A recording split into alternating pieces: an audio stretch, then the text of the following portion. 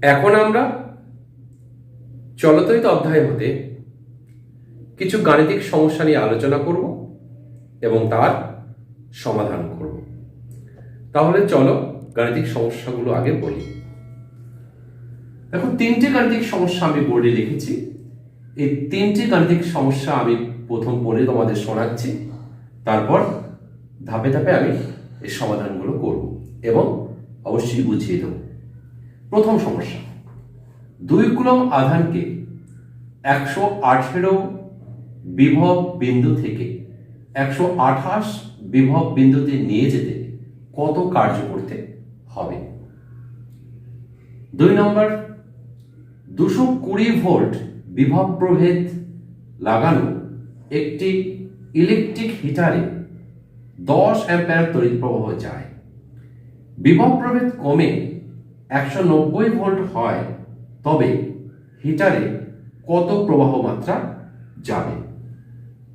3 নম্বর সমস্যা, দুটি তারের দৈর্ঘ্য, ব্যাস ও উপাদানের রোধাঙ্ক প্রতিটির অনুপাত 1:2। প্রথমটি রোধ আর হলে দ্বিতীয়টি রোধ কত?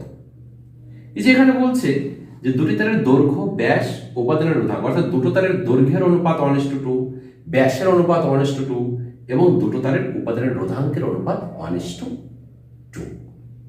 তাহলে এই সমস্যাগুলো আমরা ধাপে ধাপে আলোচনা করব। আমরা চলো এবার প্রথম সমস্যা নিয়ে আমরা আলোচনা করি। তাহলে আমাদের প্রথম অঙ্কটায় আসা যাক।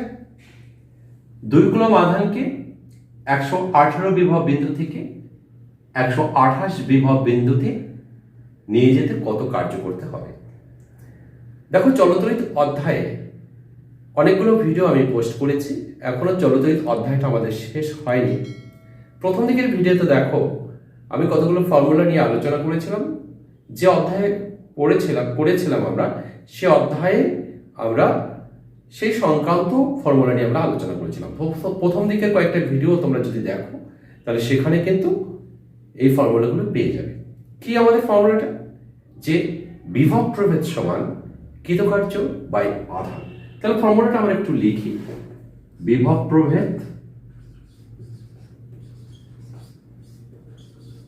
ব্র্যাকেটে ভি লিখলাম সমান কৃতকার্য ব্র্যাকেটে ডব্লিউ লিখলাম বাই আধান ব্র্যাকেটে কিউ লিখলাম। তাহলে দেখো, এক্ষেত্রে আমাদের বিভব প্রভেদ কত হবে? যে 118 বিভব বিন্দু থেকে আমরা 128 বিভব বিন্দুতে নিয়ে যাচ্ছি। তার মানে বিভবের পার্থক্য কত? 128 মাইনাস 118। তার মানে ভি ইজ ইকুয়াল টু কত? 128 মাইনাস 118 ভোল্ট সমান কত? 10 ভোল্ট। 10 ভোল্ট আমরা লিখলাম। আবার আমাদের কিউ মানে আধান, কিউ আমাদের কত? আমাদের কিউ দেখো দেওয়া আছে 2 কুলম্ব। তার মানে আমাদের এক্ষেত্রে আমাদের ফর্মুলাটা আমরা কি পাই? V is equal to W by Q. তাহলে ভি মানে কত? 10, ডব্লিউ মানে কত আমরা জানি না, বের করতে হবে, আর আধান হচ্ছে 2। তার মানে ডব্লিউ ইজ ইকুয়াল টু কত? 20 জুল। 20 জুল। তার মানে কি আমাদের যে 2 কুলম্ব আধানকে 118 বিভব বিন্দু থেকে 128 বিভব বিন্দুতে নিয়ে যেতে 20 জুল কার্য করতে হবে।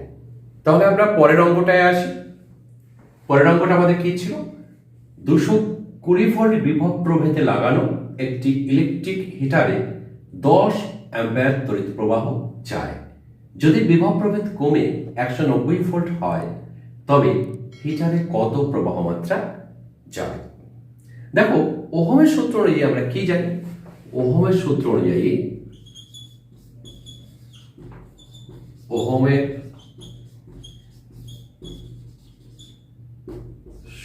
অনুযায়ী আমরা জানি কি ভি সমান সমান হচ্ছে আই আর।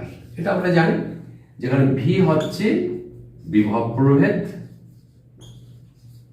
প্রভেদ, আই হচ্ছে তড়িৎ প্রবাহ মাত্রা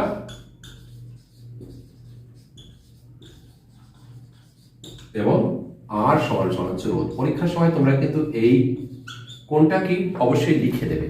নাহলে যে খাতা দেখবে সে বুঝতে পারবে না ভি মানে কি, আই মানে কি, আর মানে কি। তাহলে আমি যেমন লিখেছি ভি সমান সমান বিভব প্রভেদ, আই সমান সমান তড়িৎ প্রবাহ মাত্রা, আর সমান সমান রোধ। তাহলে তোকে এখানে আমাদের বলে দিয়েছে যে ভি ইজ ইকুয়াল টু কত, 220 ভোল্ট, 220 ভোল্ট, ভোল্ট আমরা লিখলাম 220 ভোল্ট, এবং আই বলে দিয়েছে আমাদের কত, 10 অ্যাম্পিয়ার। তাহলে আই যদি 10 অ্যাম্পিয়ার হয় তাহলে আমাদের আর ইজ ইকুয়াল টু কত, আমাদের আর ইজ ইকুয়াল টু আমরা কি জানি, ভি বাই আই। তাহলে দেখো ভি বাই আই, ভি কত, 220 ভোল্ট বাই হচ্ছে আমাদের আই, আই মানে হচ্ছে আমাদের 10 অ্যাম্পিয়ার সমান সমান হচ্ছে 22 ওহম। রোধ হচ্ছে আমাদের কত, 22 ওহম।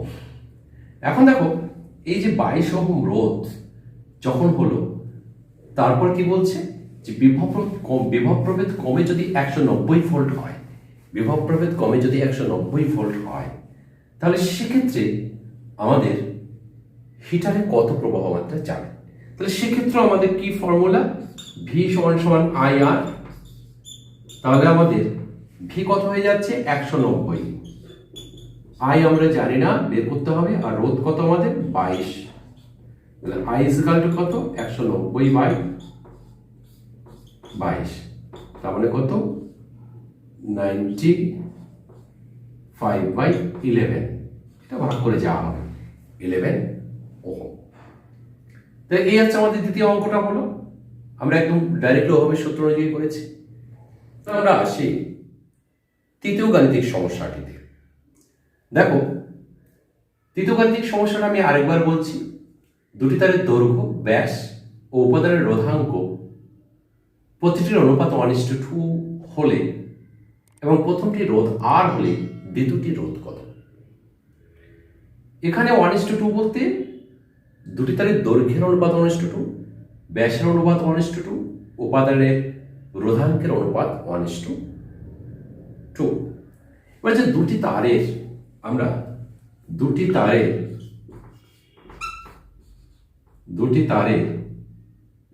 দৈর্ঘ্য আমরা কি ধরলাম, L1, L2, দুটি তারের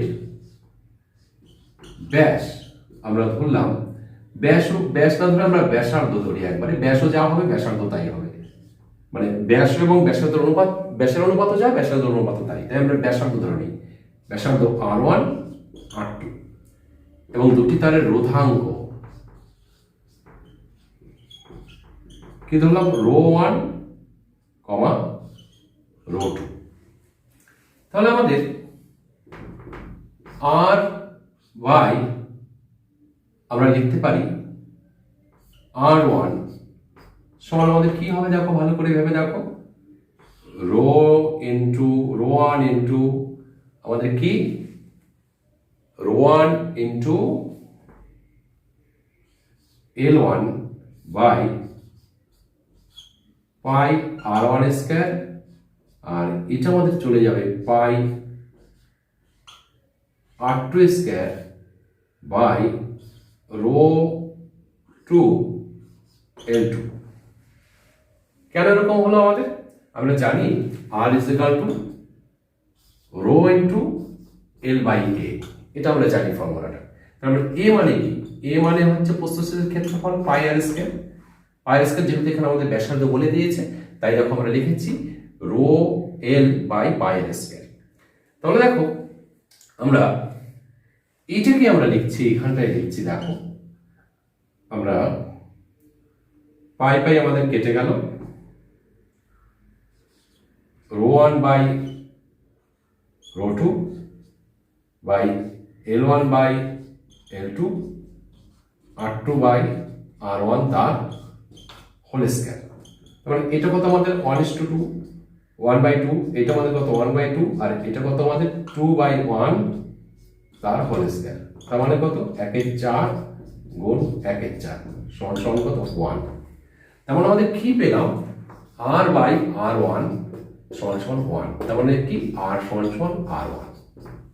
তার মানে আমরা বলতে পারি যে প্রথমটা দ্বিতীয়টা রোধ যদি আর হয় তাহলে প্রথমটা রোধও আর হবে, অর্থাৎ দ্বিতীয়টা রোধ অর্থাৎ দুটি তারের রোধ কিন্তু সমান। তার মানে এক্ষেত্রে যদি আমরা দ্বিতীয় তারের রোধ যদি আমরা আর না বলে অন্য কিছু বলতাম, যদি আমরা বলতাম দ্বিতীয় তারের রোধ, ধরো এখানে আর না বলে আমরা বলতাম 10 ওহম, তাহলে কিন্তু প্রথম তারের রোধও আমাদের 10 ওহম হতো। তাহলে এই ধরনের অঙ্কের ক্ষেত্রে যেমন এখানে রোধ আর বলে দিয়েছে, রোধ আর না বলে যদি একটা মান বলে দিত, সেক্ষেত্রে কিন্তু আমাদের এইভাবে অঙ্ক করতে হবে, বা এই ধরনের অঙ্ক অন্যভাবে ঘুরিয়েও আসতে পারে। তোমাদের কিন্তু বাড়িতে অবশ্যই প্র্যাকটিস করতে হবে। তাহলে আজকে আমাদের এই পর্যন্তই।